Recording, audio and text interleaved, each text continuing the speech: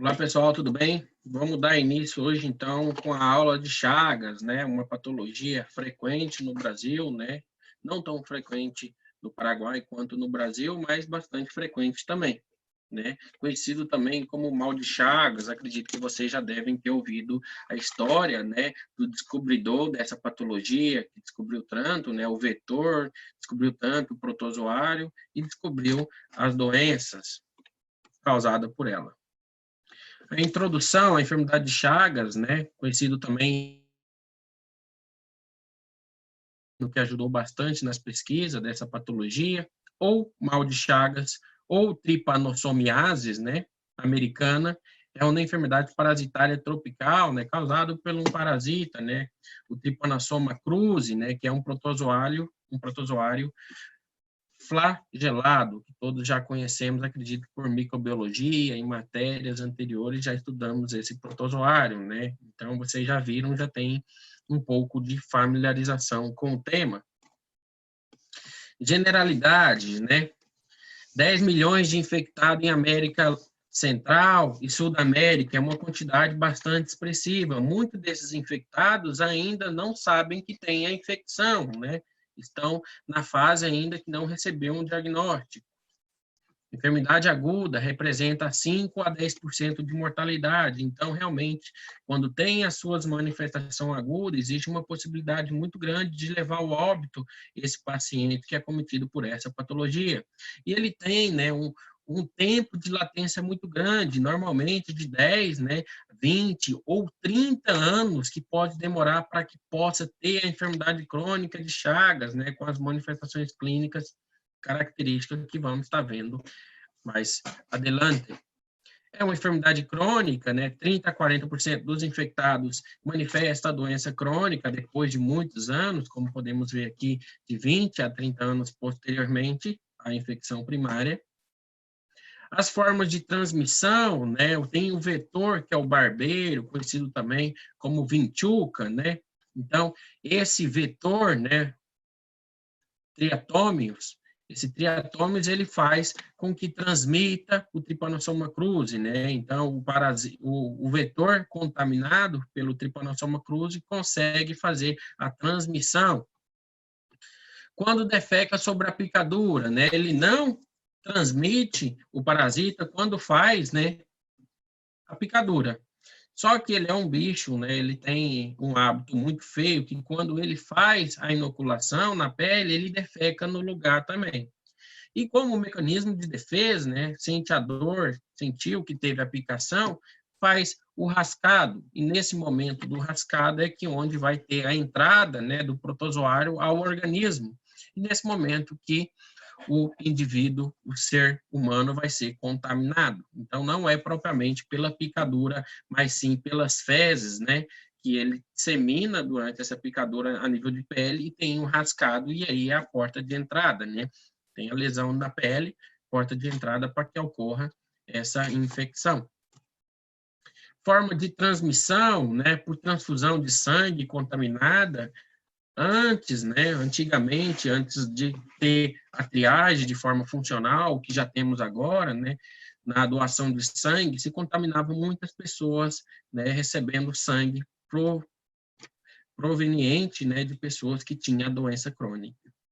Pela ingesta de alimentos contaminados, né, muito frequente, principalmente na região nordeste, norte do Brasil, né, principalmente com os consumo excessivo de açaí também nessa região que não tem o tratamento e os cuidados, né, necessários para que não ocorra essa contaminação. Então, quando tem o trituramento, né, do barbeiro, né, da vinchuca, no meio da fruta, muitas das vezes tem a ingesta, né, do barbeiro que está contaminado na sua parte intestinal com o protozoário, então o ser humano também se infecta, se contamina nesse momento. Verticalmente, né, através da circulação transplacentária, né, da madre infectada passa também ao feto, incluso o transplante de órgãos, né, quando recebe um transplante de órgão de um paciente que tinha doença de Chagas, pode desenvolver a patologia também. Então, temos como forma de transmissão principal doações de sangue, né, que já não é tão mais frequente vermos esse tipo de transmissão hoje em dia, graças ao tamiçagem, né, ao controle dessas doações. Ingesta de alimentos contaminados ainda tem muito, né, verticalmente de mãe, principalmente que não sabe da existência da patologia, está assintomática, está naquela fase de latência crônica, né? E o transplante de órgãos, né? E alguns casos pela própria picadura, que é o mais frequente, né? Pelo barbeiro. Então, temos aqui, né? A vinchuca como principal agente transmissor, né? O vetor propriamente dito dessa patologia, né? Com suas características. Acredito que todos já tiveram a oportunidade de conhecer o barbeiro, né? O protozoário, ele realmente vive a nível intestinal desse vetor e onde os principais, né, localização que pode ser encontrado esse tipo de inseto, né? Principalmente a nível, né, das casas de madeira, as casas de palha, né? Principalmente quando tem um baixo recurso econômico, né? Então, normalmente, esse tipo de inseto adora, né, essas regiões e esses ambientes, né, de madeira. Enfermidade de Chagas, infecção inicialmente na infância, dessa picadura que tem, né, do triatômino, né, que é a ventuca, que é o barbeiro, como demora muitos anos para que possa ter, né, a fase crônica da doença, né, claro que a fase aguda leva uma grande porcentagem, se considerarmos, né, a quantidade de infectados leva ao óbito, né, mas a parte crônica, às vezes a criança adquiriu essa patologia com 5 anos de idade, e quando tenha 30, que vai começar as manifestações clínicas da sua fase crônica. Depósito de fezes com flagelado do Trypanosoma cruzi, né, por a vinchuca. Aí o famoso chancro inflamatório, conhecido também como chagoma, que é o local de inoculação, né, da picadura da vinchuca, do triatômino. E signo de Romana, vamos chamar isso quando é a nível dos párpados, né, a nível ocular, principalmente, né, quando a pessoa dorme, normalmente se cobre até a região do pescoço, então esse é um tipo de inseto que ataca principalmente noturnamente, e quando chega à noite, né, a nível facial, tem a picadura, né? Então, às vezes, tem esse signo da romana, quando essa picadura a nível do parpado, né? Tem esse chagoma com signos inflamatórios, que vamos estar vendo aqui nas imagens posteriores. Tem a forma mastigotos, né, que é intramacrófagos, tenta fazer a fagocitose, né, acaba infectando os macrófagos, que é uma das primeiras células e frentes de defesa do nosso organismo. Tem a forma trimastigotes, né, assim que adentra o organismo, e terrídeos miocárdio, né, células gliares também do sistema nervoso central, pode ser infectada, o plexo mientérico, né, linforeticulares pode ser, então, pela forma trimastigotos, que é uma forma especializada desse Trypanosoma cruzi, né.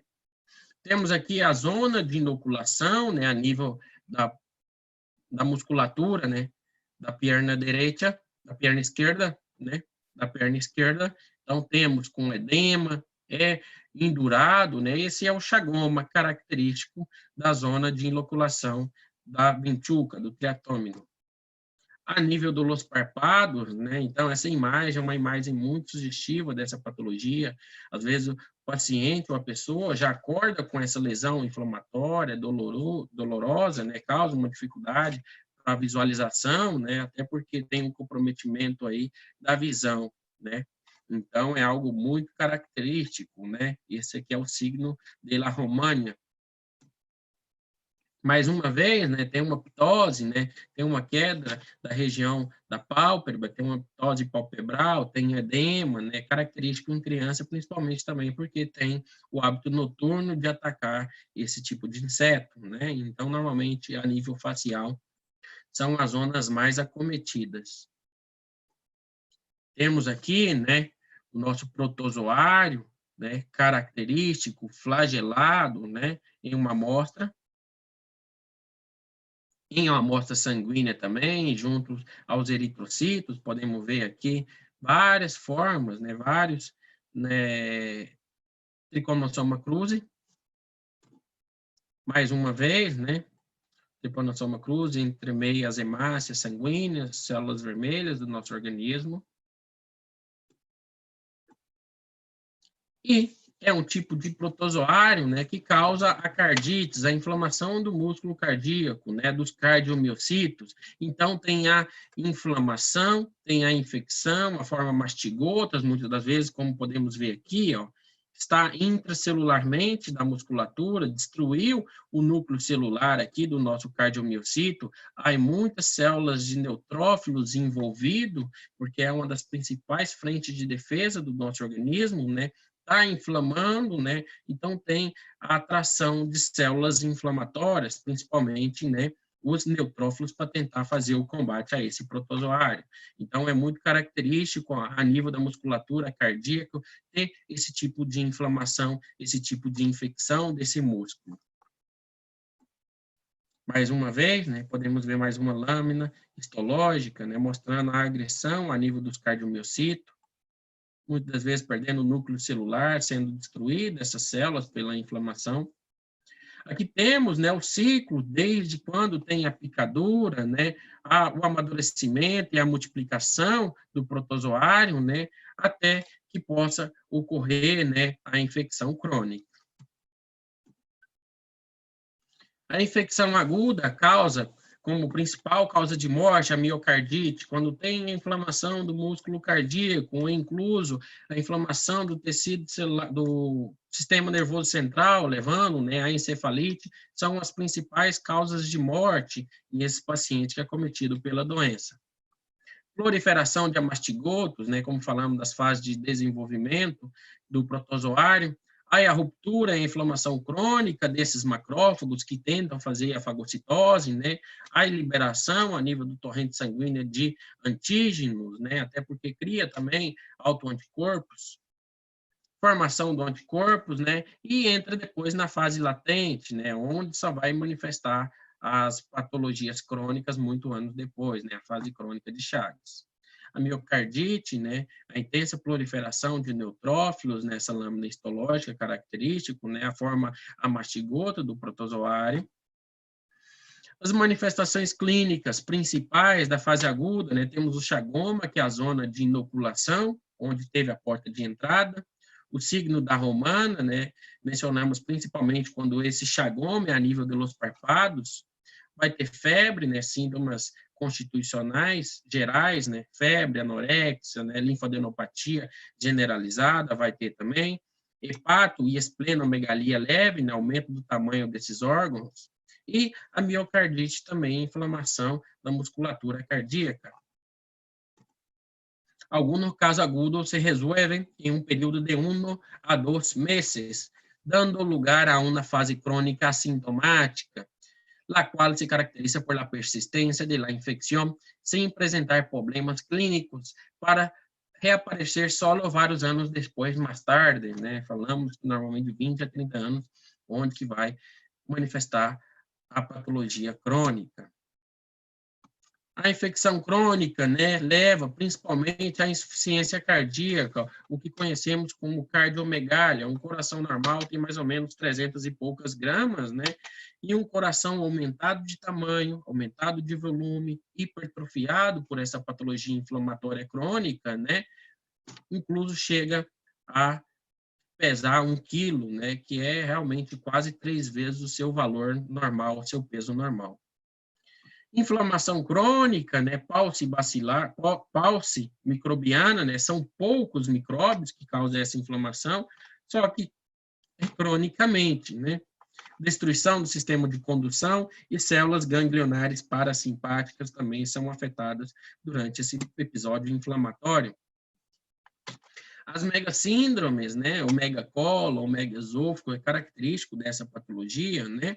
Inflamação crônica, causa fibrose, hipoganglionólise, né, que é aquele tipo de hipersensibilidade retardada, e causa êxtase também, né, muitas das vezes levando a fecaloma, obstrução intestinal, né? Então, essa obstrução intestinal são muito frequentes nessas pessoas que têm enfermidade de Chagas. E o megaesôfago, né, muitas das vezes causando um síndrome dispéptico, né, causando pirose, causando regurgitação, então é muito característico. Temos aqui um coração normal à esquerda, né, e a sua evolução natural no decorrer dos anos, né, até chegar a um volume, né, 2 a 3 vezes ao seu valor normal, tanto de tamanho como de peso. Aqui temos, né, uma hipertrófia ventricular bastante acentuada, né, uma hipertrófia ventricular esquerda, né, o coração ele está rotado aí, né, temos aqui a parede ventricular com mais de 3 centímetros, sendo que a normalidade é 1 centímetro a 1,5 centímetros, né, então está o dobro do seu tamanho normal. Sabemos que os cardiomiocitos, as células estriadas cardíacas, não têm o potencial, né, de divisão, mas têm o potencial de aumentar de volume, que conhecemos como hipertrófia. É um mecanismo compensatório. Então, ele se hipertrofia, um aumento de volume, né? Não tem um aumento de quantidade, mas tem um aumento de volume, o que conleva esse coração grande, esse coração gigante, essa cardiomegalia. Mais uma vez, né, tabique intraventricular engrossado também, muitas das vezes essa hipertrofia concêntrica leva muitas das vezes uma diminuição, né, do espaço intraventricular, né, então ejeta muito menos sangue, o coração está mais grande, mas as suas câmaras cardíacas estão menores, tanto na parte ventricular como na parte atrial. Temos aqui um corte apresentando solamente os ventrículos, né, a parte dos átrios foi estipado. Temos aqui nessa imagem radiográfica uma cardiomegalia bastante expressiva também, onde o tamanho do coração ele sobrepassa, né, mais da metade do tórax. O normal, né, você, desde da porção inferior, né, das últimas costelas, né, os senos costofrênicos, de seno costofrênico a seno costofrênico, a parte cardíaca não pode ser maior do que a metade. Ou seja, suponhamos que eu tenho 60 centímetros, né, de seios costofrênicos a seno costofrênico, meu coração, o máximo que ele pode dar é 30 centímetros. Se der mais do que 30 centímetros, ou seja, mais do que a metade, eu estou falando de uma cardiomegalia. E nessa imagem temos uma cardiomegalia aqui com hipertrófia ventricular esquerda e tanto hipertrófia ventricular direita, né? O tamanho do ventrículo direito também aqui, né? Sobrepassando a anatomia normal. Então, se medirmos de extremidade a extremidade dos senos costofrênicos, vamos ter mais da metade aqui, esse coração representa mais da metade torácica. Uma imagem comparativa, né, à nossa esquerda temos aqui uma radiografia de tórax normal e à direita temos aqui uma cardiomegalia. Muitas das vezes, quando é submetido o paciente a uma radiografia de tórax, por outro motivo, às vezes por um problema respiratório, né, uma patologia respiratória, encontramos um coração agrandado desse tamanho, né? O paciente, muitas das vezes, é hipertenso crônico, mal controlado, ou vive em zonas endêmicas de Chagas, o que nos faz suspeitar ainda mais, né, dessa patologia. Uma tomografia computadorizada, né, de tórax, vemos o tamanho realmente desse coração, né, uma hipertrofia concêntrica também, né, tanto do lado direito quanto do lado esquerdo, né, temos aqui representado por essa imagem, quase 50% do tórax corresponde ao pulmão, ao músculo cardíaco. Temos as tramas pulmonares, bastante evidenciado também aqui nessa tomografia. O megacólon, né, que causa muitas das vezes, né, o fecaloma, obstrução causado pelo acúmulo de fezes, né, muitas das vezes tem esse estancamento, essa êxtase, até porque não tem mais a contratibilidade normal desse órgão. Mais uma vez, né, megacólon, chagásico, muitas das vezes esses megacólon chagásico pode também ter um volvo, né, pode ter uma torção sobre o seu próprio eixo, muitas das vezes levando a uma isquemia bastante importante e levando o paciente a uma cirurgia de urgência. Uma radiografia de tórax, né, um tórax abdominal, onde se evidencia a presença de grandes alças intestinais com presença de grande volume de gases. É característico também dessas megassíndromes, né? Temos aqui, ó, empurrando o diafragma lado esquerdo, né, que está muito superior ao lado direito, que normalmente o lado direito, né, tem uma diferença dos dois, mas aqui do lado direito, né, tem aqui do lado esquerdo, né, tem aqui do lado esquerdo tem aqui uma elevação do músculo diafragmático. Mais uma vez, a peça anatômica dessa patologia, né, o megaesôfago e o megaoncólon chagásico, representando aqui nessa radiografia também de tórax, né, o aumento do esôfago. Muitas das vezes se pede para o paciente fazer a radiografia com contraste, né? Ele toma um líquido contrastado, né, e aí faz a radiografia de tórax para que seja evidenciado essa alteração anatômica, essa alteração estrutural. O diagnóstico, né, principalmente clínico e epidemiológico, né, temos que estar em zona onde a patologia é bastante frequente, né, examinação ao microscópio, né, do sangue na fase aguda, onde vai ter uma quantidade muito grande de protozoários, né, tanto o amartigoto também pode ser evidenciado nessa fase aguda, onde a multiplicação é muito grande. Xenodiagnóstico, né? Então, esse xenodiagnóstico é uma forma bem interessante de dar o diagnóstico, onde o laboratório usa, né? Não são todos laboratórios, é claro que tem esse tipo de estudo, mas usa o próprio barbeiro, né? A própria vinchuca, né? O triatômino. Então, ele saudável, sem nenhum tipo de protozoário, a nível intestinal, faz uma picadura planejada aí no laboratório, né? No ambiente de laboratório do paciente suspeito, e depois de alguns dias se vai examinar o intestino desse inseto. Então, se no intestino desse inseto aparecer a presença, né, do protozoário, então estamos diante de um paciente infectado. Várias provas imunológicas, né, na fase aguda, pode ser solicitado também para chegar a uma conclusão diagnóstica, incluso anticorpo específico quanto o parasita no organismo, né, anticorpo sérico de tipo IgG, fixação do complemento, né, hemaglutinação indireta, pode ser outro estudo solicitado, ELISA, e aglutinação direta também pode ser usado nesse método. Tratamento principal, pessoal, dois tipos de tratamento, né? Na verdade, aqui, a enfermidade de Chagas pode ser mortal, principalmente quando chega aquele megacólon, aquela cardiomegalia, né? O megaesôfagos, né?